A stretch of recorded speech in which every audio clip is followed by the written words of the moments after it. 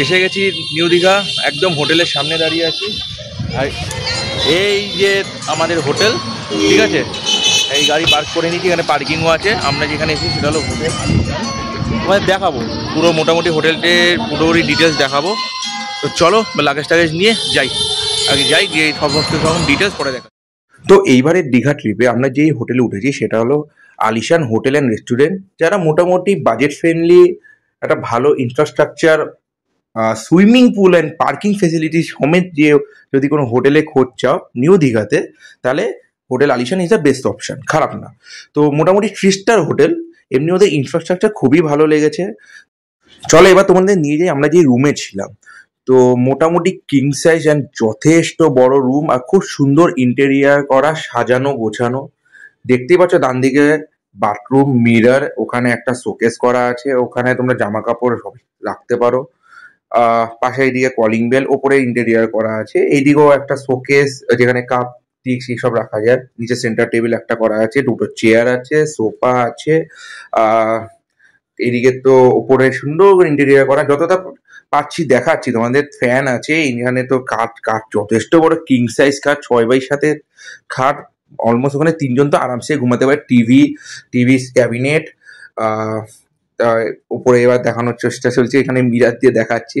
তো চলো, আর মোটামুটি আমরা যে রুমটা নিয়েছি সেই রুমটা প্রাইস পড়েছে, আমাদের অফারে ছিল মেক মাই ট্রিপসে, উপন্যাসে আমাদের পড়েছে 1753। মোটামুটি 1800 টাকা থেকে 2000 টাকার মধ্যে এখানে ভালোই রুম পেয়ে যাওয়া যায়।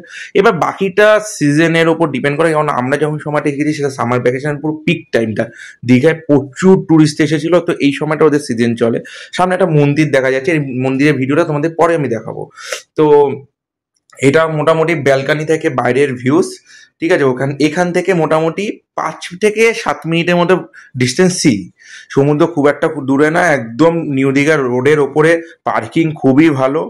তো তোমরা যারা গাড়ি নিয়ে আসবে তারা অনায়াসে পার্কিং করতে পারো। তো আমরা যেহেতু দুপুরবেলায় গেছি আর সমুদ্রে যাওয়ার রিস্ক নিয়ে নিই, প্রচণ্ড গরম ছিল, তো সুইমিং পুলে চলে গেছি। যথেষ্ট রিফাইন এদের ওয়াটার, যথেষ্ট ভালো ওদের সুইমিং পুল ফেসিলিটি, ইনফ্রাস্ট্রাকচার তো খুবই ভালো লেগেছে, আমার খুবই পছন্দ হয়েছে। তো এইবার আমার হাতে চলে এসেছে আলিশান হোটেল অ্যান্ড রেস্টুরেন্টের মেনু কার্ড। যারা তোমরা মনে করবে যে ওখান থেকে লাঞ্চ, ডিনার, ব্রেকফাস্ট খাবে, তো খেতে পারো ওদের মোটামুটি রিজনেবল প্রাইসে। আর কোয়ান্টিটি খারাপ না, আমরা ওখানে গিয়ে লাঞ্চ, ডিনার সবই ওই হোটেল থেকেই করেছিলাম। ব্রেকফাস্টটা যদি ইনক্লুডেড ছিল, তো ব্রেকফাস্টের ভিডিওটা তোমাদের পরের নেক্সট ব্লগেই আসবে। তো দেখতে হলে অবশ্যই আমার চ্যানেলটিকে লাইক, শেয়ার ও সাবস্ক্রাইব করো। তো তো মোটামুটি সবই তো দেখালাম, এইবার তোমাদের নিয়ে যাব আলিশান হোটেলের রেস্টুরেন্টের ইনফ্রাস্ট্রাকচারটা জাস্ট অসাম। তোমরা যা দেখো, মোটামুটি ব্রেকফাস্টে যে কি কি খাওয়া আমাদের ইনক্লুড ছিল সেটা তোমাদের নেক্সট ভিডিওতে দেখাবো, কিন্তু ওদের ইনফ্রাস্ট্রাকচারটা দেখো দারুণ, যথেষ্ট বড়, অনেক মেম্বার্স একসাথে বসে খেতে পারবে। তো কেমন লাগলো ভিডিওটা অবশ্যই কমেন্ট করে জানিও।